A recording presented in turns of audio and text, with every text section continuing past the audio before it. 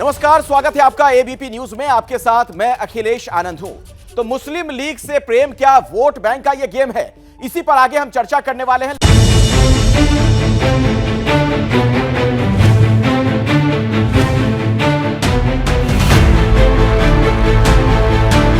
Muslim League is a completely secular party. Right. There's nothing non-secular about the Muslim League. नाम से ही काफी है। कांग्रेस के नेता कहते हैं पढ़े लिखे नहीं है क्या, मेरा कहना है दिखाई नहीं पड़ता क्या। यदि वहाँ की मुस्लिम लीग है पाकिस्तान वाले, तो आज तक के तो उसके रजिस्ट्रेशन समाप्त हो जाता है। उसका नाम है IUML। वो भारत में रजिस्टर्ड पॉलिटिकल पार्टी है।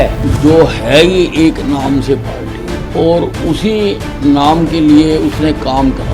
ये वो मुस्लिम लीग है जिससे भारतीय जनता पार्टी ने नागपुर में गठबंधन किया था। तो आप वहीं चले जाइए जहां आपने विभाजन करके पाकिस्तान बनाया था, वहां पर सारे मुसलमान आपको वोट दे देंगे। एक हिंदुस्तानी होके हिंदुस्तान की बात रखनी।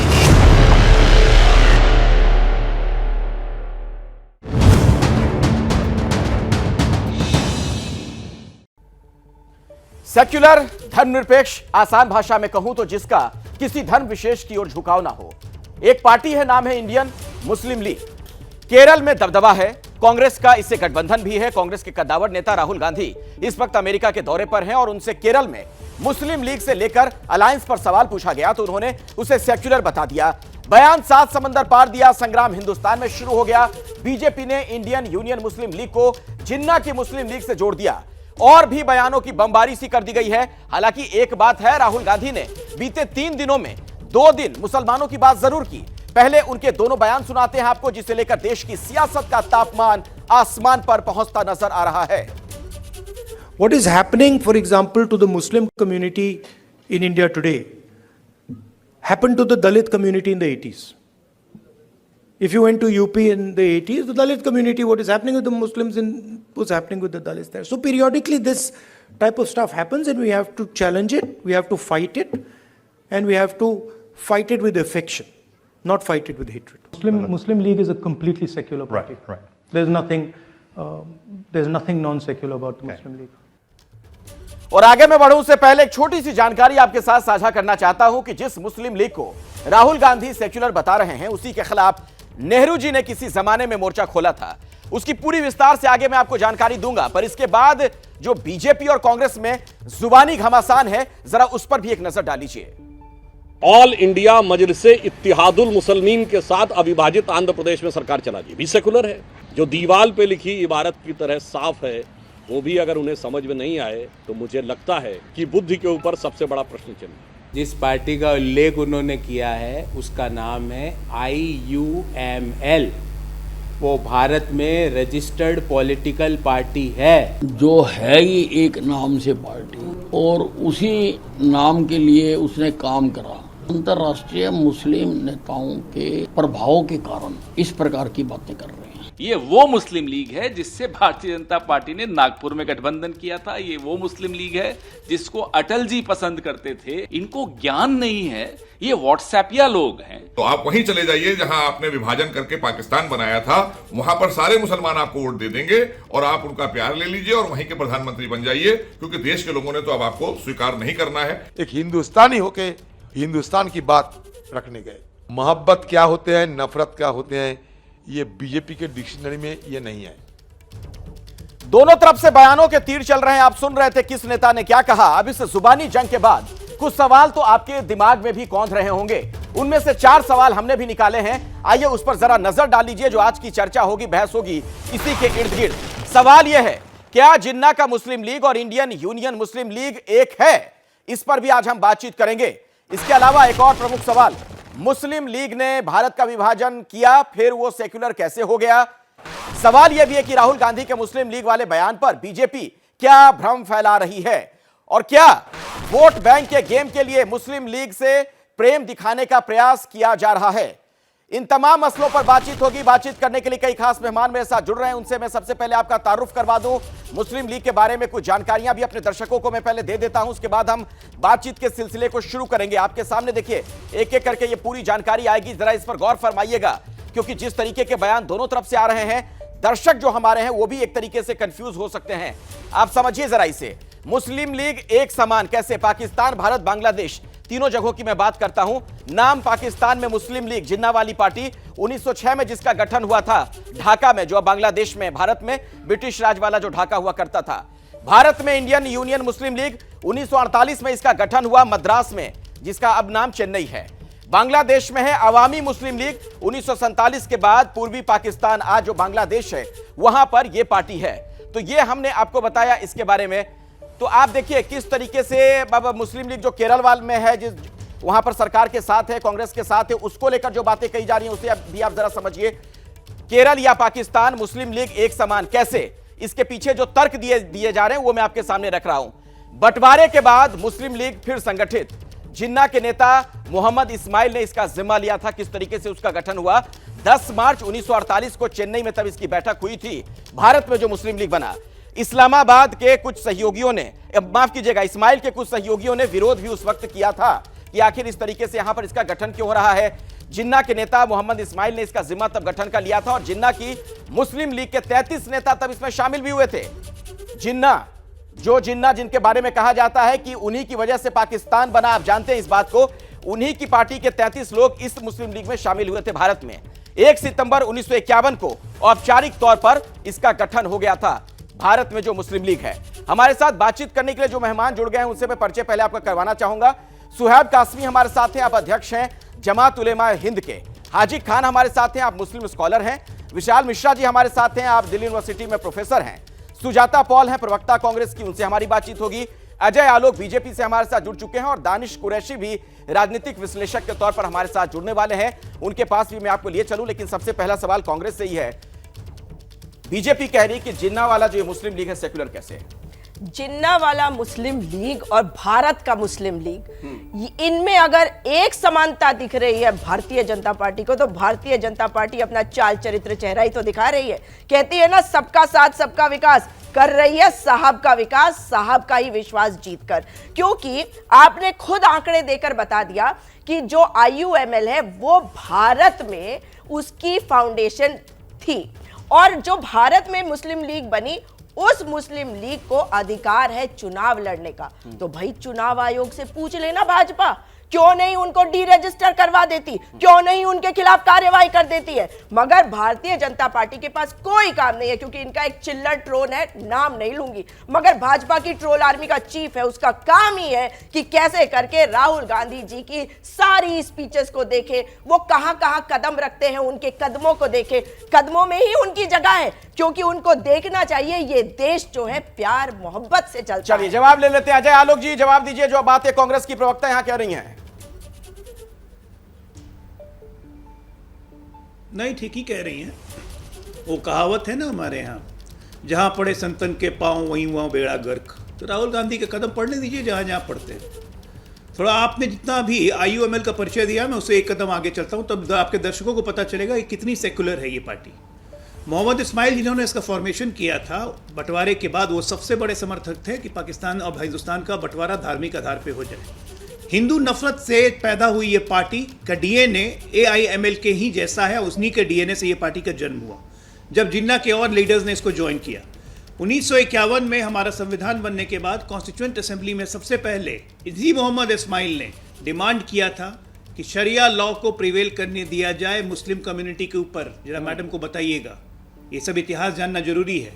ये वही पार्टी है जिसके अभी करंट MP अब्दुल समद जी थिरुमन्नकलम कुन्नर भद्रकाली मंदिर को, जो मल्लापुरम डिस्ट्रिक्ट में है केरला में, जो मुसलमानों से डोमिनेटेड डिस्ट्रिक्ट है, इस मंदिर को हरा पेंट करके मस्जिद जैसा बना दिया गया था। ये 2023 की ही बात है, ज़्यादा पीछे जाने की ज़रूरत नहीं है। बहुत बड़ी सेकुलर पार्टी है। ये वही पार्टी है 2003 में जब 18 हिंदुओं का मैसेकर किया गया था, जस्टिस थॉमस कमीशन ने स्ट्रेट अवे कहा था कि ये एक्सट्रीमिस्ट का काम है और ये इस्लामिक एक्सट्रीमिस्ट का काम है, इनको अरेस्ट किया जाए। तब इनके चीफ मिनिस्टर माननीय AK एंटनी साहब, हम जो हमारे डिफेंस मिनिस्टर भी थे बाद में, उन्होंने CBI इंक्वायरी को अपोज कर दिया और बाद में CBI ने केस करके इन्हीं के लोगों को गिरफ्तार किया, दो लोगों को, और आज तक उस मैसेकर की कहानी चल रही है। तो जो पार्टी शरिया लॉ लगाना चाहे, जो पार्टी खुले आम पार्लियामेंट में महिलाओं की शादी की उम्र 21 साल कर दी गई उसका अपोज करे, जो पार्टी ट्रिपल तलाक के बिल का अपोज कर जो महिलाओं के लिए लाया गया था, जो पार्टी मंदिर को पेंट कर दे, ठीक है, आपकी बात हो गई, सुजाता जी जवाब दीजिए। भारतीय जनता पार्टी लोगों को विभाजित करने वाली पार्टी है, क्योंकि जिनका ये नाम ले रहे हैं इस्माइल जी, उन इस्माइल जी ने अपने बेटे मियां खान को 1962 के चाइना वॉर के समय पर सेना को ज्वाइन करने के लिए कहा, उनसे चीन से लड़ने को कहा। अरे ये तो इतने डरपोक हैं भाजपाई, जिनकी ये संतान है, वो तो भाग गए थे। नेहरू जी क्यों विरोध करते थे फिर? नेहरू जी जिसका विरोध करते थे उसके कारण होते थे। तो क्या नेहरू जी तो आपके सबसे बड़े नेता हुए ना। सरदार पटेल आरएसएस का विरोध नहीं करते थे? अरे मैं जो पूछ रहा हूँ, आप देखिए, सवाल का जवाब सवाल नहीं होता है, आप जवाब तो दीजिए। आप जो कह रहे हैं मैं बिल्कुल जवाब लूंगा, मैं लूंगा अजय आलोक से, लेकिन नेहरू जी फिर उस पार्टी का विरोध क्यों कर रहे थे? मैं बता रही हूँ आपको, बता रही हूँ। जब भी देखिए समय के साथ चीजें बदलती हैं और अगर कहीं पे कुछ गलत होता है तो उसका विरोध करना चाहिए। तो नेहरू जी ने जिस वक्त उसका विरोध किया वो बिल्कुल सही किया, लेकिन आरएसएस का क्या विरोध नहीं किया? सरदार पटेल ने उस समय बिल्कुल सही किया, क्योंकि इनका नाम आया था हिंदू महासभा के साथ महात्मा गांधी की हत्या के लिए। लेकिन उसके बाद क्या आरएसएस को पनपने से रोका कांग्रेस पार्टी ने? विशाल मिश्रा जी, हाँ जल्दी से विशाल मिश्रा। देखिए, मतलब तुलना, एक 10 मिनट का समय लूंगा, 10 सेकंड का। राष्ट्रीय स्वयंसेवक संघ का नाम लिया जा रहा है। राष्ट्रीय स्वयंसेवक संघ, अभिषेक जी, अपने आप में एक अनन्वय अलंकार है। हिंदी में अनन्वय अलंकार उसे कहते हैं जिसकी कभी किसी से तुलना न की जा सके। सुन लीजिएगा, सुन लीजिए, जैसे अब बोलने देगी मैडम, क्योंकि बोलने दीजिए, सुजाता जी बोलने दीजिए, मैं आऊंगा आपके पास। जैसे गगना गगनाकारम, गगन की तुलना केवल गगन से हो सकती है, उसी प्रकार आरएसएस की तुलना राष्ट्रीय स्वयंसेवक संघ की तुलना केवल राष्ट्रीय स्वयंसेवक, क्योंकि ये रजिस्टर्ड है ही नहीं, रजिस्टर्ड दुनिया में कोई ऐसी संस्था नहीं है जो राष्ट्रीय स्वयंसेवक संघ की बराबरी कर सके। के बीच बोलते हैं, चर्चा नहीं कर रहे हैं, नफरत फैलाती है, मुस्लिम लीग से बात हो रही है, सबसे बड़ा झूठ फैलाती है, जगह जगह पे मणिपुर चल रहा है और मणिपुर में आपने सुजाता जी बारी बारी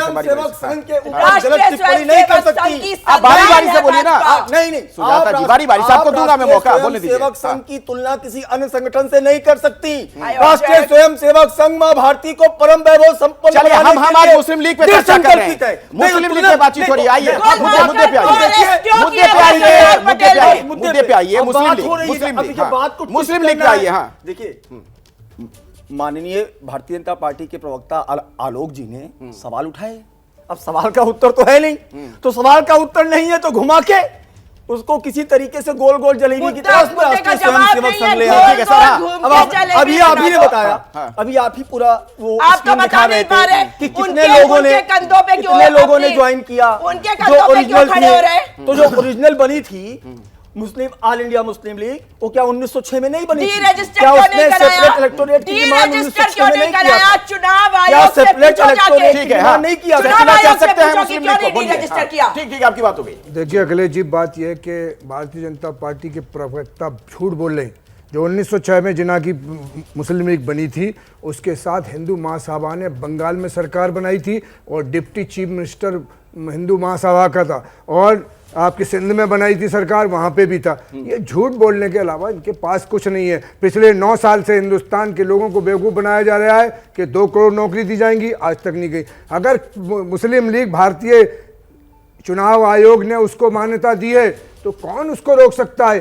क्यों रोक सकता है? अजय आलोक जी जवाब दीजिए। ठीक है, एक मिनट जल्दी। ये जब से आए हैं हिंदुस्तान में, इन्होंने मुल्क की हालत ये कर दी है कि हाथ से इतने ज़्यादा हैं, वतन में अपने खून से छप के भी अखबार निकल सकते हैं, और तूने चाहा नहीं हालात बदल सकते हैं, मेरे आंसू तेरी आंखों से निकल सकते हैं। सरकार को चुना इसलिए था हिंदुस्तान के लोगों ने 10 साल के लिए कि उनका विकास करें, उनका इसलिए नहीं कि मुस्लिम लीग भारत की थी या नहीं थी। उससे कोई फायदा देश की जनता को नहीं होगा। ये सिर्फ कभी मुस्लिम लीग के पीछे भागते हैं, कभी राम के पीछे छुपना चाहते हैं, मतलब आप ये कह रहे हैं कि मूल मुद्दों से ध्यान हटाने की कोशिश है, कभी लव जिहाद के पीछे छुपना चाहते हैं। तो राहुल गांधी ने तो बयान दिया लोगों की कब उनको विकास करेंगे, चर्चा में कैसे आ गई? हमारे देश मुस्लिम की लीग चर्चा में कैसे आ गई? मुस्लिम लीग की चर्चा इसलिए जिन्होंने तस्करा किया मुस्लिम लीग की, अगर राहुल गांधी ने तस्करा किया उससे न देश की जनता को फायदा और न इनके विरोध से इस देश की जनता को फायदा ये सियासी रोटी पकाना चाहते हैं इस पे। ये हिंदुस्तान के हिंदू और मुसलमानों की लाशों ठीक है, मैं आपका जवाब अजय आलोक से लूंगा, लेकिन अभी एक बड़ी खबर दर्शकों को बता दें। छत्तीसगढ़ के मुख्यमंत्री का भारतीय जनता पार्टी पर तंज, जिन्ना और केरल की मुस्लिम लीग अलग अलग हैं। बीजेपी पर भ्रम फैलाने का आरोप लगाया गया है कि बीजेपी दरअसल लोगों को भ्रमित कर रही है, यह कहना भूपेश बघेल का। जिन्ना और केरल की मुस्लिम लीग अलग अलग। जिन्ना की मुस्लिम लीग अलग है और यहाँ केरल में मुस्लिम लीग है वो अलग है। और वो यदि वहाँ की मुस्लिम लीग है पाकिस्तान वाले, तो आज तक के तो उसके रजिस्ट्रेशन समाप्त हो जाता है। लेकिन दिग्भ्रमित करने के लिए लगातार इस प्रकार की बातें वो कर रहे हैं। देखिए, दोनों तरफ से अपने अपने तर्क हैं। ऐसे में बहुत जरूरी है कि हम आपको सच्चाई बताएं ताकि आप अपना मानस बना सकें, आप समझ सकें कि हकीकत क्या है। इंडियन यूनियन मुस्लिम लीग है क्या, इसका गठन कब हुआ, कैसे क्या, इसके बारे में पूरा इतिहास भूगोल हम आपको समझाते हैं। इंडियन यूनियन मुस्लिम लीग का इतिहास जो है वो आपके सामने स्क्रीन पर गौर फरमाइएगा। बंटवारे के आंदोलन में सक्रिय पहले अध्यक्ष मोहम्मद इस्माइल इसके हुए थे। इस्माइल ने संविधान सभा में भारत में शरिया कानून की वकालत की थी। ये सारी चीजें रिकॉर्ड पर हैं। इस्माइल का दावा कि IUML यानी भारतीय मुस्लिमों की एकमात्र हितैषी पार्टी है, यह उन्होंने दावा किया था। तो भारत में मुस्लिम लीग जो है उसको लेकर नेहरू बहुत उत्साहित नहीं थे, वो भी नापसंद करते थे। नेहरू जी, पंडित जवाहरलाल नेहरू, भारत के पहले प्रधानमंत्री। भारत में मुस्लिम लीग को लेकर नेहरू जी का क्या कहना था, आखिर क्यों नापसंद करते थे, वो मैं आपको बता देता हूं। लॉर्ड माउंटबेटन ने नेहरू से अपील की, भारत में पुनर्जीवित होने से रोकने की तब अपील की गई थी। मोहम्मद इस्माइल की विचारधारा के खिलाफ थे नेहरू जी। नेहरू ने माउंटबेटन से मुसलमानों की बात की। भारतीय मुसलमानों को मुस्लिम लीग की जरूरत नहीं, यह कहना था पंडित जवाहरलाल नेहरू का। मुस्लिम लीग के पुनर्गठन पर रोक लगाने की उन्होंने अपील की थी। ये आपके सामने तमाम जानकारियां। मैं बाकी गेस्ट के पास जाऊं उससे पहले सुजाता जी, इस पर आपका कमेंट बनता है।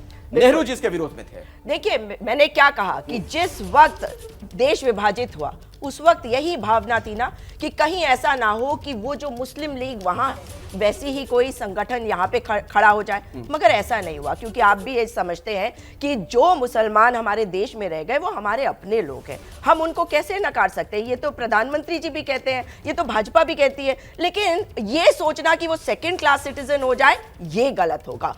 और जो IUML की बात हो रही है, इस चीज को समझना होगा कि भाजपा ने तो स्वयं नागपुर की म्युनिसिपैलिटी में उनके साथ गठबंधन किया था, तो उनके साथ वहां पर वो सरकार में आ जाते हैं। और दूसरी जगह जहां पे IUML की बात आ जाए तो वो देशद्रोही हो जाएंगे। भाई, मैं तो सिंपल सा सवाल जानना चाहती हूँ, उसका जवाब कि उसको डी रजिस्टर क्यों नहीं करवा। ठीक है, अजय जी जवाब दीजिए, फिर मैं दानिश जी के पास जाना चाहूंगा। अजय जी जवाब दीजिए, डी रजिस्टर कर दीजिए ना, इतनी दिक्कत है पार्टी से। तो देखिए, डी रजिस्टर तो इलेक्शन कमीशन करता है। और ये जिस तरह से टेररिस्ट एक्टिविटीज में और आतंकी गतिविधि में जो इन्वॉल्व हो चुके हैं, जो इन्हीं के गठबंधन के सहयोगी, अभी केरला के मुख्यमंत्री ने कहा है कि IUML कंप्लीटली एक्सट्रीमिस्ट एक्टिविटीज में इन्वॉल्व हो चुकी है, तो वो अपने आप ड्यू कोर्स ऑफ टाइम में होगा। उसके लिए हमें चिंता करने की जरूरत है। लेकिन कांग्रेस का दोगलापन देखिए, नेहरू पसंद नहीं करते थे, राहुल गांधी को बहुत सेकुलर पार्टी लगती है। There is nothing non secular about it. आपको याद होगा नटवर सिंह का फेमस स्टेटमेंट था कि I am glad that India was partitioned and Muslim League went to Pakistan, otherwise they wouldn't have allowed India to function and there would be more direct final days of action. ये खुलेआम कहते थे direct final day of action, Jinnah का call था ये, और यही call लेके इंडियन यूनियन मुस्लिम लीग चल रही है और उसको कांग्रेस पार्टी गले से लगाती है। अब दूसरा दोगलापन याद दिलाता हूँ, 2019 जब वायनाड से हमारे साहब युवराज साहब चुनाव लड़ रहे थे, क्योंकि 48% मुसलमान हैं वहाँ पे, और इंडियन यूनियन मुस्लिम लीग उनका समर्थन कर रही थी। और उसके बाद वायनाड के अलावा हर जगह बोला गया था कि कांग्रेस अपने रैलीज में इंडियन यूनियन मुस्लिम लीग के झंडे ना लगाओ, नॉर्थ में तो खासकर मत लगाओ, क्योंकि इंडियन यूनियन मुस्लिम लीग मुस्लिमों को रिप्रेजेंट करता है।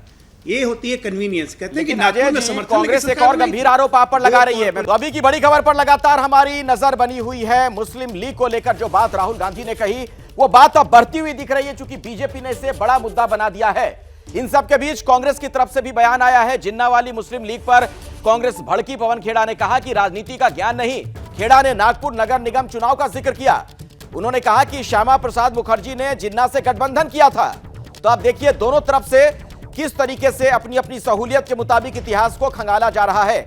और जिस चीज का जिक्र पवन खेड़ा ने किया वो आंकड़ा भी मैं आपके सामने रखना चाहूंगा। आप नजर डालिए जो बात कही जा रही है नागपुर को लेकर।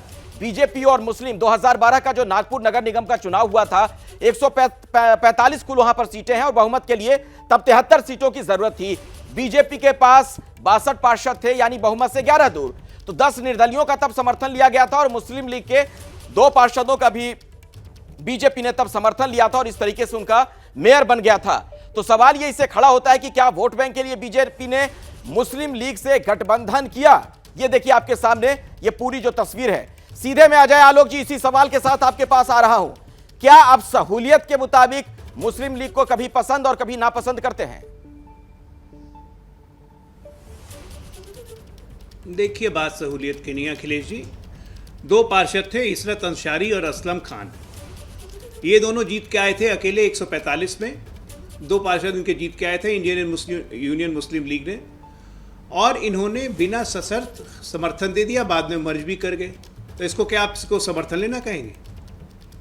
ये 2012 की बात है। 12 के बाद पता नहीं गंगा में कितना पानी बह गया। लेकिन ये वो एक शेर है ना निखात फातमी का, मैं क्या बताऊं ये मेरे बस में है, मैं क्या बताऊं क्या ये मेरे बस में है, ये तो मेरे नस नस में है। तो कांग्रेस और राहुल गांधी के नस नस में तुष्टीकरण घुस चुका है और याद से नहीं हो रहा है। मैंने 2003 से लेके एक इंसिडेंस बता दिया, हिंदू मैसेकर बता दिया, जिसके बाद इनके मुख्यमंत्री ए के एंटनी ने किस तरह से मामले को दबाने की कोशिश की। मैंने केरला के चीफ मिनिस्टर को बताया जिन्होंने ओपन हाउस में कहा कि इंडियन यूनियन मुस्लिम लीग अब बिल्कुल इस्लामिक एक्सट्रीमिस्ट की तरह हरकत कर रही है, इस्लामाइजेशन की तरफ बढ़ रही है। चलिए ठीक है, वो समर्थन तब उन्होंने लिया था 2012 से लेकर अब तक गंगा में बहुत पानी बह गया कह रहे हैं अजय जी। हाँ देखिए विषय ये है, वो राहुल गांधी जी जो तकरीबन 1 साल से यात्राएं निकाल रहे थे, अचानक उनको मुसलमान क्यों याद आए?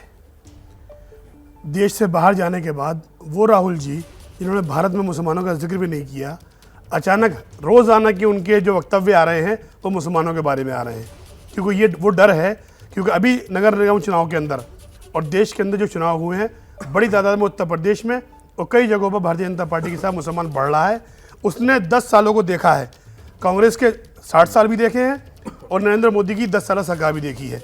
उससे ये महसूस हो चला है कि जिनको हमने सब कुछ दिया उन्होंने हमें कुछ नहीं दिया, और मोदी जी की सरकार के अंदर देश का मुसलमान जो है वो उसमें एतमाद पैदा हुआ है। इसलिए राहुल गांधी जी देश से बाहर जाकर इंटरनेशनल तौर पर मुसलमानों के बारे में बातें कर रहे हैं, वो भ्रमित कर रहे हैं पूरी दुनिया को, क्योंकि वो जानते हैं आज जो भारत की इमेज बनी है दुनिया के अंदर उसे खराब करके वो कहीं कामयाब हो सकते हैं। मगर कांग्रेस और उनके जो नेता राहुल गांधी जी ये समझ लें, कांग्रेस की लाश और आरजेडी के ताबूत को मुसलमान ढोने वाला नहीं है। आने वाले 24 के अंदर भारतीय जनता पार्टी के साथ मुसलमान बढ़ रहा है आगे, क्योंकि सबका साथ सबका विकास और सबका विश्वास का जो नारा है वो बड़ा है, वो देश में एकता अखंडता बन रही है। ठीक है दानिश जी, तो क्या मुसलमानों को भड़काने की कोशिश कर रहे हैं राहुल गांधी? इस तरह के बयानों का क्या मतलब?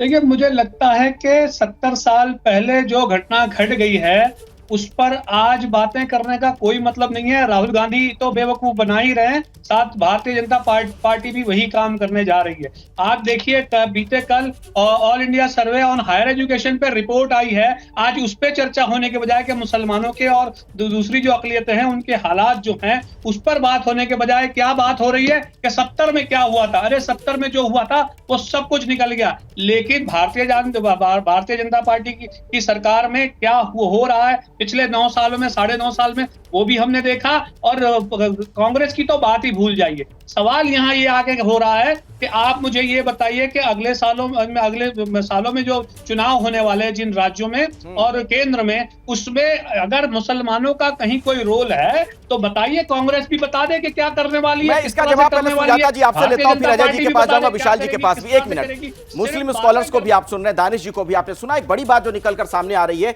आपकी तरफ भी ये इशारा है कि बीजेपी अगर बेवकूफ बना रही है तो आप लोग भी सिर्फ वोट बैंक के लिए मुसलमानों को इस्तेमाल करते रहे। बिल्कुल ऐसा नहीं है, भारत जोड़ो यात्रा इसका सबूत है, और वो सबूत ऐसा है जो सामने था। ऐसा नहीं है कि चुन चुन के लोगों को ले जाया गया हो कि किसको हम किससे बात कर रहे हैं किससे नहीं। ये देश जो है धर्मनिरपेक्ष देश है और भारतीय जनता पार्टी को एक चीज जरूर कहूंगी आज कि बधाई हो भाजपाइयों, क्योंकि आज तुमने सेक्युलर शब्द को उसका मान दे दिया। अब तक तो सेक्युलर को सिक्युलर और ना जाने कौन सी गाली देते थे, नेहरू जी को मान दे दिया ये कहकर कि वो मुस्लिम लीग का विरोध करते थे। लेकिन यहां पर एक चीज जरूर कहूंगी कि भाजपाइयों का शॉर्ट सर्किट जरूर हो रखा है, क्योंकि जब प्रधानमंत्री थे फजलुल हक बंगाल के, ये इंडिपेंडेंस के पहले, उस समय आपको मालूम है कि गवर्नर ने बड़ा प्रेशर लगाया था फजलुल हक पर कि भारत जोड़ो यात्रा उसी तरह से है जैसे उस वक्त क्विट इंडिया मूवमेंट था,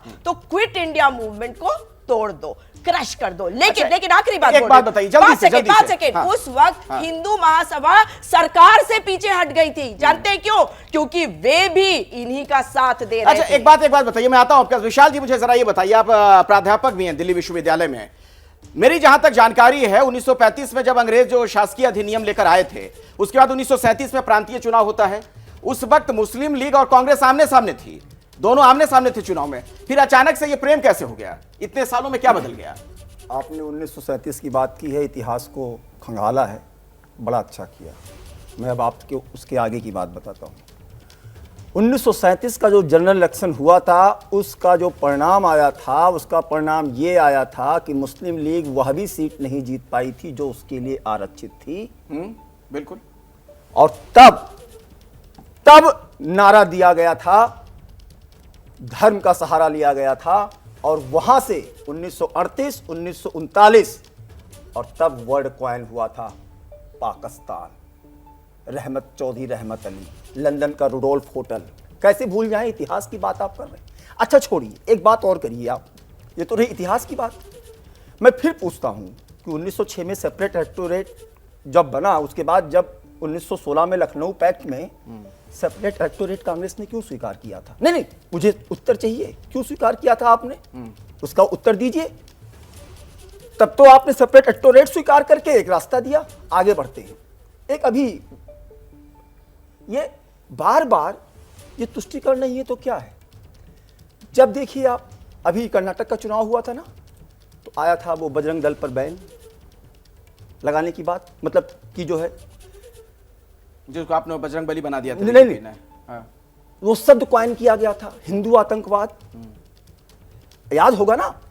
मुझे ये बार बार पूछना चाहता हूं, जब प्रभु श्री राम के मंदिर पे कि अभी सुनवाई ना चले, थोड़ी दिन और लेट हो, एफिडेविट देना, तो क्या ये तुष्टीकरण की राजनीति के तहत है राहुल गांधी का बयान? आपको लगता है? तो मैं ये पूछना चाहता विशाल जी, हूं कि ये वोट बैंक की राजनीति जल्दी से ब्रेकिंग न्यूज आ रही है, ब्रेकिंग खबर बतानी दर्शकों को। देखिए, मैं आपको बताऊं कि राहुल गांधी जी कह रहे हैं ना, अजय वर्मा जी अभी बता रहे थे, अजय आलोक जी बता रहे थे कि नागपुर में हमने ऐसे कर दिया। मैं पूछ रहा हूँ, कश्मीर में महबूबा मुफ्ती से जिसको गठबंधन किया, जिसको आतंकवादी पार्टी बताई जाती थी, ये वक्त वक्त पर बदलते रहते हैं। इनकी सत्ता की भूख, इन्होंने मायावती ने हमेशा तिलक तराजू और तलवार मारो गाली दी, और उसके बाद इन्होंने 3 बार 2 हवसकारों में। चलो अच्छा हुआ इस मुल्क में ऐसा हुआ कि मायावती की 3 बार सरकार क्यों बनवाई इन्होंने? ये सत्ता की भूख को हासिल करने के लिए कुछ भी कर सकते। चलिए, एक बड़ी खबर आ गई, मैं आता हूं उस पर। राहुल गांधी के बयान पर अमित मालवीय ने ट्वीट किया है। अमित मालवीय जो बीजेपी के सोशल मीडिया हैंडल के चीफ हैं, राहुल गांधी को मालवीय ने कपटी बता दिया। अमित मालवीय ने राहुल गांधी को कम पढ़ा लिखा भी कह दिया। उन्होंने कहा कि मजबूरी में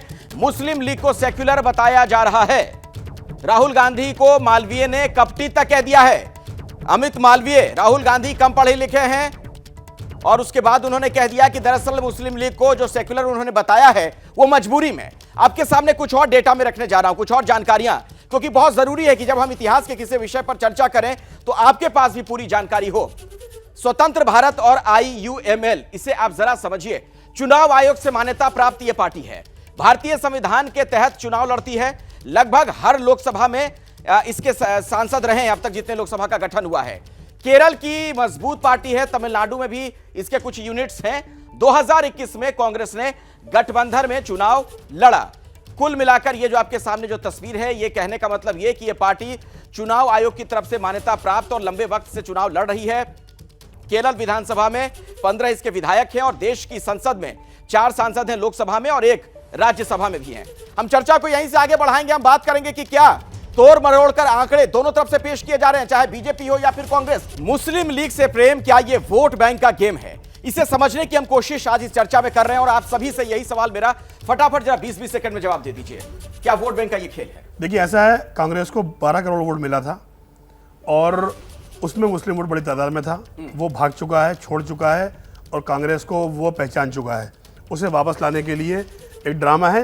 दूसरे, इंटरनेशनल लेवल पर भारत की छवि को खराब करके भारत को खराब करने की और संबंधों को खराब करने की कोशिश है। जल्दी से, छोटे में बिल्कुल समय नहीं है। देखिए, राहुल गांधी जी, देश के हिंदू मुसलमान जो उन्होंने यात्रा निकाली इतनी लंबी, उसमें उन्होंने ये तय करके दिखा दिया कि हमारे देश के राष्ट्र का हिंदू हो या मुसलमान सब एक है। मैं उनके लिए एक शेयर करूंगा कि घर आज मुझको अपना गुलिस्तान सा लगे है, ये कौन मुसाफिर है जो मेहमान सा लगे है, हिंदू सा लगे है ना मुसलमान सा लगे है। राहुल गांधी मेरी आंख को इंसान सा लगे, इंसानियत की बात कर रहे हैं, राष्ट्रीयता की बात कर रहे हैं, भारत के हिंदुस्तानियों की बात कर रहे हैं।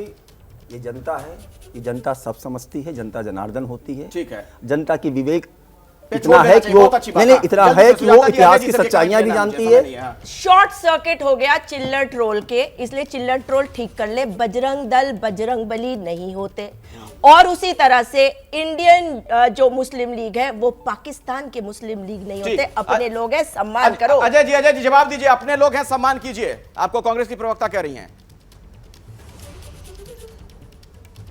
पिता की नफरत थी, इसीलिए मोहम्मद इस्माइल को कबूल नहीं किया, लेकिन बेटी का प्यार 1977 से कबूल कर रहा है। 50 साल का ये अलायंस है, और ये अलायंस इतना मजबूत था कि 1986 में जीएम बनातवाला जो इनके एमपी थे, शाहबानो केस की सबसे पहले खिलाफत उन्होंने ही की थी जब सुप्रीम कोर्ट से जजमेंट आया था, और राजीव गांधी मजबूर हो गए थे शाहबानो केस को पलटने के लिए। ये है इनका चरित्र।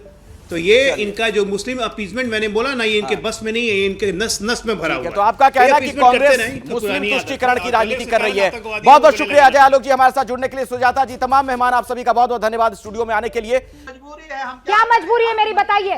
मैं अभी आपको बताती हूँ कि मैंने ओए होए होए होए नमकीन के चटकारे लेते हुए टकटकी मार के डिबेट शो को पॉज रिपीट कर करके देख रहे हैं जोगिंदर जी। इनकी तरह आप भी देखें अपने फेवरेट डिबेट्स को रिपीट कर, और डाउनलोड कीजिए एबीपी लाइव ऐप अपने स्मार्ट टीवी पर।